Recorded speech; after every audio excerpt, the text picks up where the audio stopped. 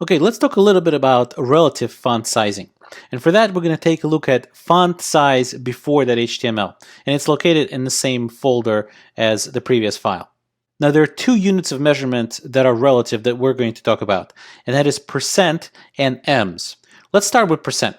First of all, let's specify that our body tag should have font size of 120%. And what that means is that we want to take whatever the default size is, and by default I mean whatever the browser provides by default, and increase it by 120%. You could actually do a quick calculation and figure out what pixel size that would be.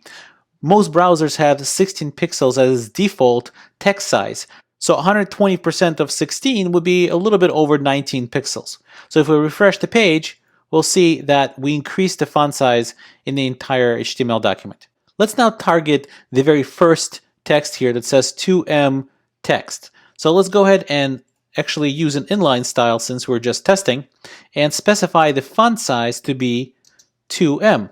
An em is a unit of measurement that is equivalent to the width of the letter M in this particular font that we're using. It sounds a little bit confusing at first, but the bottom line is it's a relative size. It's relative to something. And for this div where it says 2em text, what this is saying is it's relative to whatever the font size is at the moment we're applying it. Since we set the font size to 120% in the entire body, this div also received that 120%. And when you combine this font size with this one, this basically says I want to increase the font 2 times of whatever 120 was. So if we take a look at this text, this 2em text should really increase twice as large as this word regular text. So if we save the file and refresh, and you can see now everything, since that div includes the other divs, they got increased. That looks just about right, that it's twice the size of the regular text. Now you might find this confusing. Didn't we just override the font size and say it's 2em? Why is 120% playing together with 2em instead of having 2em override the 120%?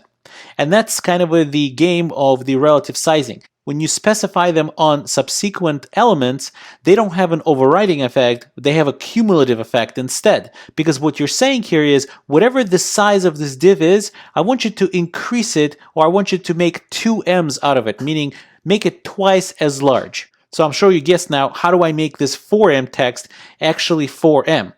If I specify style and say font size, what should I put here? Should I put 4em?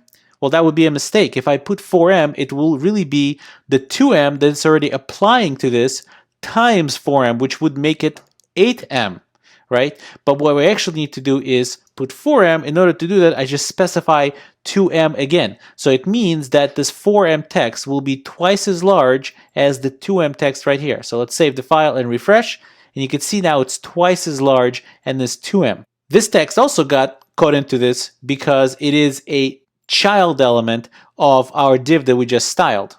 So how do I make it 2em again? Well, the answer is you don't overwrite it, you just decrease it. So let's go ahead and say style, font size, and in order to get back to 2em, I need to half the size of my text. So in order to do that, I'll just say 0.5em, and now when I refresh, my text now is back to the same size as it was before because I halved the relative size of 4em.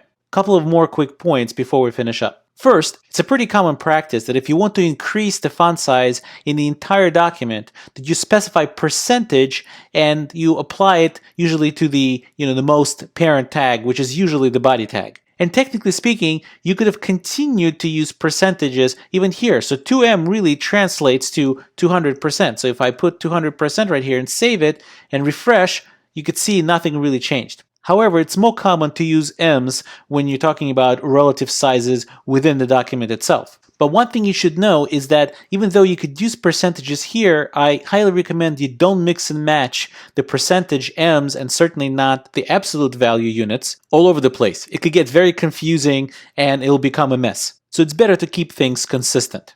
Point number 2 is, even though we increased the font size here to 120, using CSS rule, a user of your website can do the same thing just by increasing the zoom. For example, here, I'll increase the zoom a couple of times. As you can see, I'm all the way to 200% zoom. And hopefully now you see the value of having relative units of measurement for font size. You could see that the visual size relationship between these different divs remains the same even though they're all now very big. This text is still half of this text, and this text is still half of this text.